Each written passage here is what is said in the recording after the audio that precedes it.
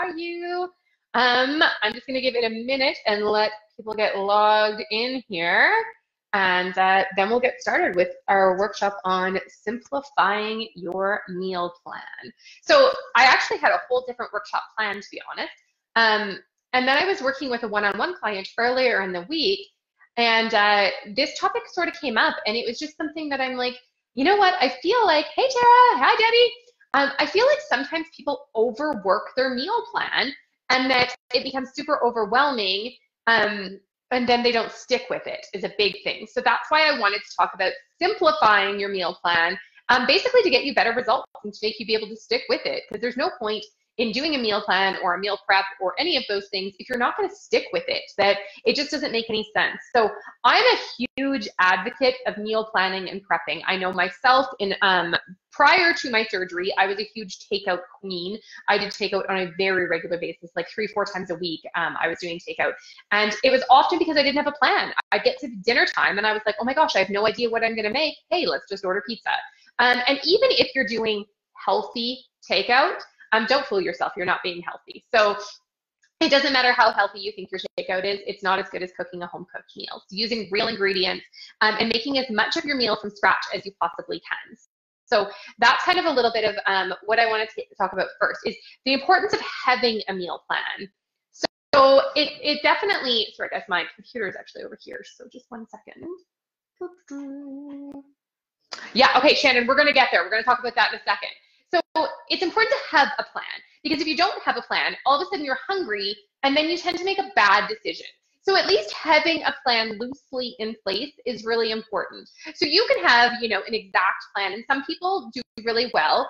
Lindsay and I have talked before about personality types and all of those kind of things. And so different personalities do better with a strict plan, and some personalities do better with like a loose plan of like, here are my options. So we kind of have in our healthy living program, we've switched to a choose your own adventure style plan. So here are your options for breakfast, here are your options for lunch and dinner, and here are your options for snacks. Post that on your fridge, and sometimes that's going to work really well for people. Other people need to take that choose your own adventure and take the choice out of it and be like, this is breakfast, this is lunch, this is dinner, this is snack, this is snack, this is snack.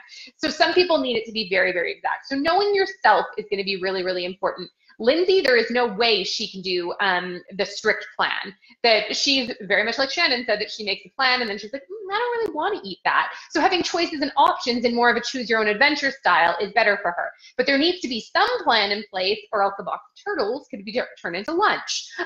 So we need to just know that, you know, you have those things in place. Myself, I do really well either way, to be honest. I can do really good with a strict plan and I can follow it very well, or I can kind of use the more choose your own adventure style. No plan does not work for me. If I have no plan, I eat all the junk in the world. It's just, if I'm hungry and then I go to my fridge, and even if there are, you know, some healthier choices, if they're not part of a plan, I'm like, I don't know what I want. I'm just gonna grab this or that or whatever.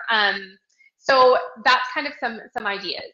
Janie just said that she preps her breakfast and healthy sweets and snacks, but dinner she won't know until it's defrosted, which totally works too, as long as you sort of know what you're doing, what you're defrosting. You need to know every day what you're taking out, because if you have no idea what you're taking out, then you'll be like, oh, I'll take something out a little later. Oh, I'll take something out a little later. And then all of a sudden it's 4 or 5 o'clock and you have nothing taken out, and then bad decisions happen. So first thing is having a plan. But how do you even come up with that plan?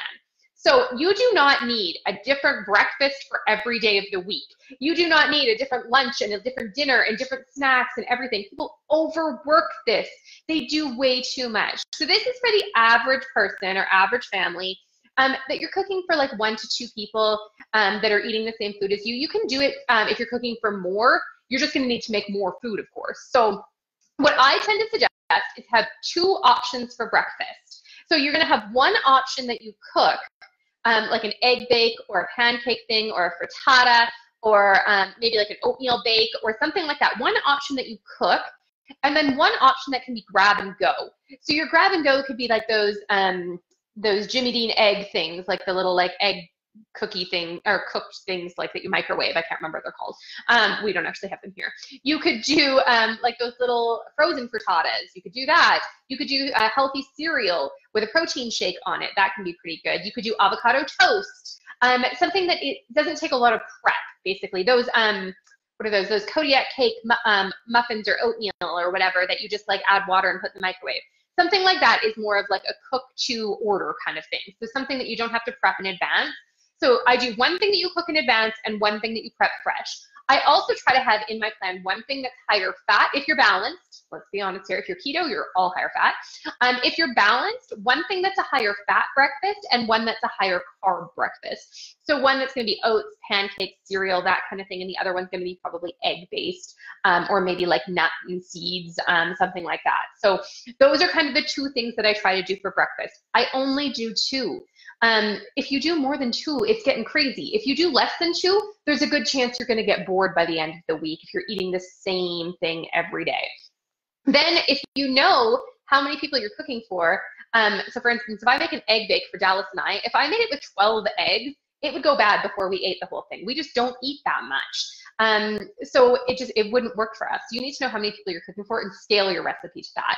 So if you're only cooking for one person and you're wanting to make 3 meals, say 3 breakfasts, you're probably looking at 3 to 6 eggs because you got to think you're eating 1 to 2 eggs per serving. So if you get a recipe that has 12 eggs, scale it back, just cut it in half, cut it in thirds, whatever, do the math, the division. You can find calculators that will calculate every ingredient for you. So it will divide it for you. So you don't even have to do that. Just do some Googling and you should be able to find that. So then moving on to lunch and dinner. My lunches and dinner are the same. Whatever I eat for dinner one night becomes lunch the next day. I do leftovers. If you don't, this gets more complicated for sure. So my lunches and dinners, I tend to do 3 options for lunch and dinner. I do a soup, stew, or casserole, or sorry, soup, stew, or chili for one option, something I can do in my Instant Pot or slow cooker. So soup, stew, or chili. There are a billion options. You can do ground turkey, ground chicken, regular chicken. You can do lentils. You can do beans. You can do so many different things with soup, stews, and chilies, guys. There's a million options. So you do not have to repeat the same thing over and over again. My second thing that I do is a casserole dish of some sort. So some sort of casserole. Again, millions of options. It's something that I cook in the oven. So I have something in my slow cooker, Instant Pot, and something in my oven. My third thing is a protein veggie meal. This tends to be my cook fresh meal.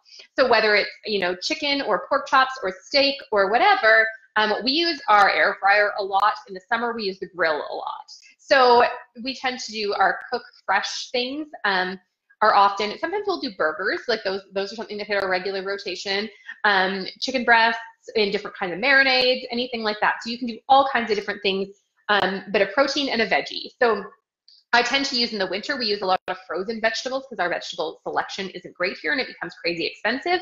So we do a lot of frozen veggies. So whatever veggie you have, it's just you do your vegetable dish and your protein, and that's your third option for your meal. Okay, so you have a veggie protein, a casserole, and then a soup or a stew or a chili. And those are the 3 things that you need to do. So you prepare those. So then whatever is whatever is lunch on Monday. So you do lunch on Monday, say, is your chili, and then dinner Monday is going to be your casserole. Then lunch on Tuesday is your casserole, and then dinner on Tuesday is going to be your protein and veggie, and then your protein and veggie becomes your lunch, and then your chili becomes your dinner, and you just keep rotating through. So no days are you eating the same thing, so it doesn't get repetitive. If you only do 2 things, it gets repetitive because you're eating the same thing every single day. Throwing that third thing in, game changing for you. It's going to be so huge. So just make sure that you have those 3 options. Your third option doesn't have to be anything crazy. It can be tuna.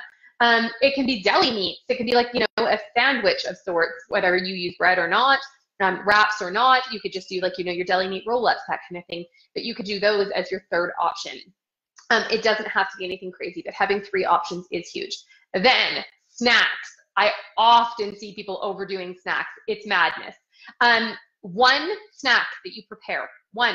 So an energy ball, a healthy sweet, a cookie, like a protein cookie, a mug cake, whatever it is, you have one option that you prepare.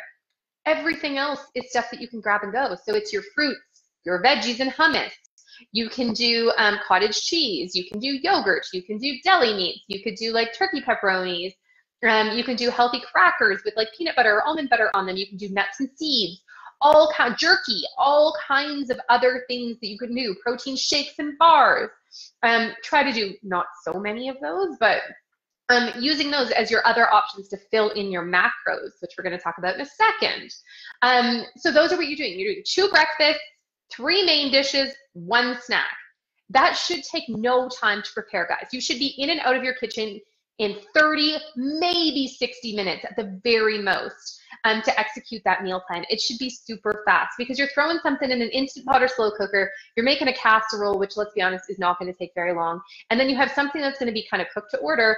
Then you have one breakfast that you're making and probably some energy balls, and then they're not even a cooked thing. So while everything else is going on, you should be able to do this all for an entire week in less than an hour. So this is not super crazy. It's not super complicated. It's not a million dishes.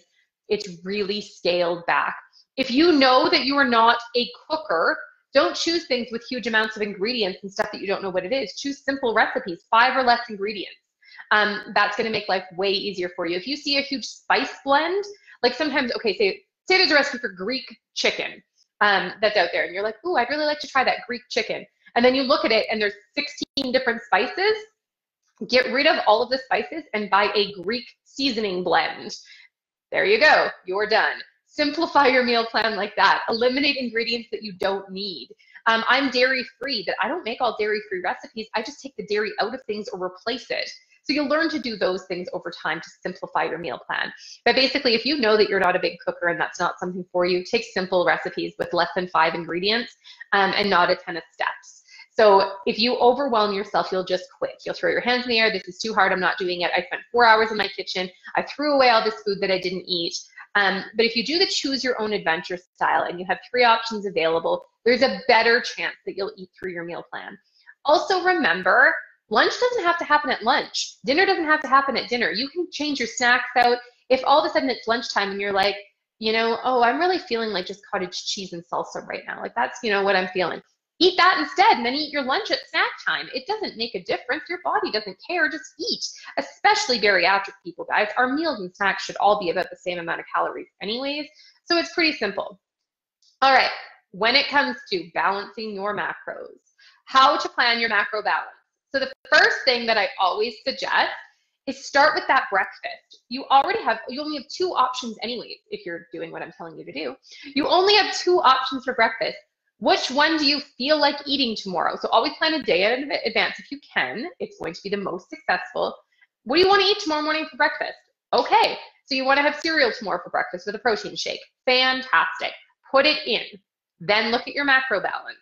You just have a really carb-heavy breakfast. Your carbs are going to be through the roof, but you're going to have loads of room for fat. So then go ahead, look at those macros, then go and put in the next thing that you know for sure that you're eating. If you work outside of the home, you probably have to pack your lunch in the morning, right?